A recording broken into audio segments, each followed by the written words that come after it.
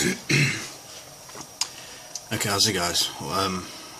What I like to explain to you quickly is the difference between a slot drill and an end mill. Almost the same, but there are some significant differences. You get slot drills with two flutes. This will be this one flute here and another one here, and you get slot drills with more than two flutes, like 3 flute slot drills, etc. And then end mills, almost the same, but they start at four flutes. That's the starting point for them. Basically, the main difference is with a slot drill, you can actually dig down into the steel, into the material, into the workpiece.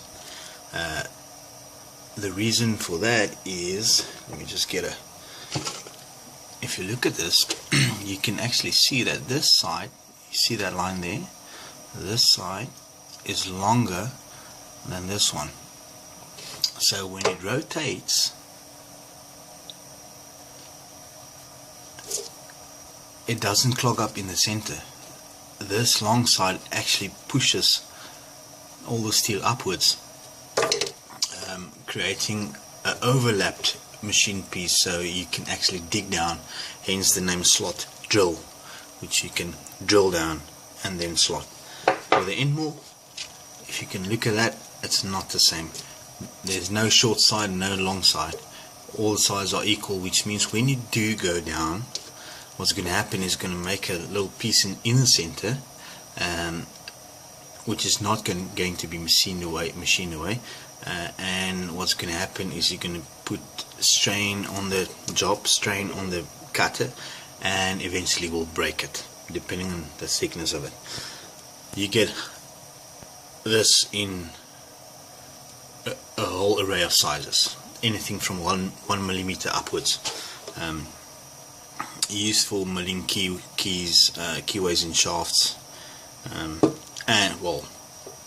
and a whole lot of other stuff, but basically for keyways and shafts.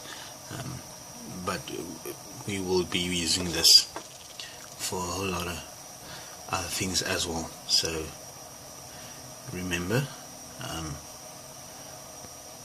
good use. This one you can actually drill with. Another interesting fact is that what makes the end mill a little bit better than the slot drill is that although you can't go down with it, what actually can happen is with a slot drill, when you cut, you've got 2 flutes.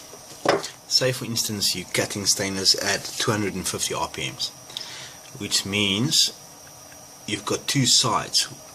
That will give you 500 cuts in 1 minute because of the 2 sides. So you can go a certain amount of feet ratio. Using the same size end mill, which would be having 4 flutes, same RPMs, 250, you actually got 1,000 cuts per minute. That entitles you to actually up your feed so that you can cut faster in. And it makes for a cleaner cut because you got less backward strain, backward torque on it, because most of the time you've got a flute touching. So